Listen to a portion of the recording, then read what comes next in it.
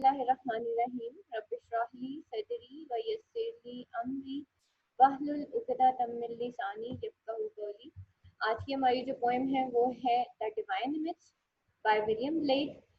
अब यहाँ पे देखें कि द डिवाइन इमेज बेसिकली जो है ये सॉन्ग्स ऑफ इनोसेंस में से है, जिसमें वो mercy, pity, peace and love की बात करता है। और इसके जवाब में उसने आ डिवाइन इमेज लिखा था, जो कि सॉन्ग्स ऑफ एक्सपीरियंस है। लेकिन जो यूनिवर्सिटी और सरगोदा है उसमें ज्यादातर सॉन्ग्स ऑफ इनोसेंस ही हैं। आप लोगों के सिलेबस में जितने भी सॉन्ग्स हैं वो सारे सॉन्ग्स ऑफ इनोसेंस हैं। द डिवाइन इमेज में देखिएगा, to mercy, pity, peace and love all pray is their distress and to these virtue of delight return their thankfulness. वो कहता है कि मर्सी, पिटी, पीस और लव जो है ये all pray in their distress, यानी कि जब इंसान डिस्ट्रेस में होता है तो उसको अगर कोई चीज कंसोल करती है तो वो मर्सी है, पिटी, पीस एंड लव है। और जो गॉड है वो कॉम्बिनेशन है mercy, pity, peace and love का। And to these the virtues delight, और वो कहता है ये जो mercy, pity, peace and love है ये वो वर्च्यूज ऑफ डिलाइट है, रिटर्न देयर थैंकफुलनेस, कि अगर आप इसको अप्लाई करते हो अपनी लाइफ में और आप इसके ऊपर चलते हो, इन वर्च्यूज को फॉलो करते हो, तो वो हमेशा आपको पे बैक करती हैं, वो हमेशा रिटर्न बैक करती हैं आपको, और आपकी जिंदगी में ब्लेसिंग्स आती हैं। For mercy, pity, peace and love is God. क्यों? उसकी रीजन ये है कि वो कहते हैं कि ये mercy, pity, peace and love क्या है, ये गॉड है, आवर फादर डियर। फादर वो गॉड को कह रहा है यहाँ पे। And mercy, pity, peace and love is man, his child and care. और वो कहते हैं यही mercy, pity, peace and love है, इसी से मिलके इंसान बनता है जैसे गॉड बनता है, उसका बच्चा भी। और फिर वो उसकी केयर भी किस बेस पे करता है, mercy, pity, peace and love ही की बेस के ऊपर वो अपने बच्चे की केयर करता है। जैसे गॉड है, वो फादर है, वो इंसान की केयर करता है। For mercy has a human heart, pity a human face.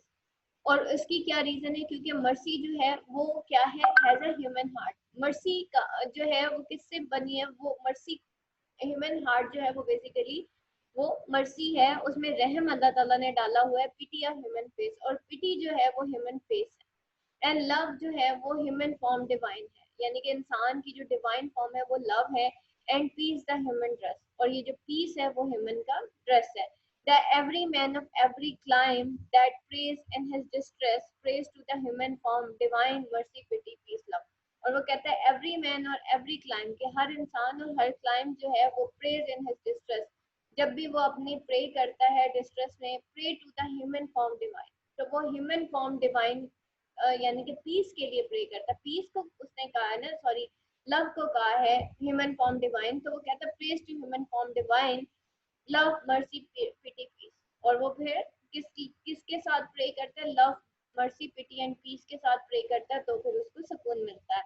And all must love the human form in heathen Turk और Jew, where mercy, love and pity dwell, their God is dwell too।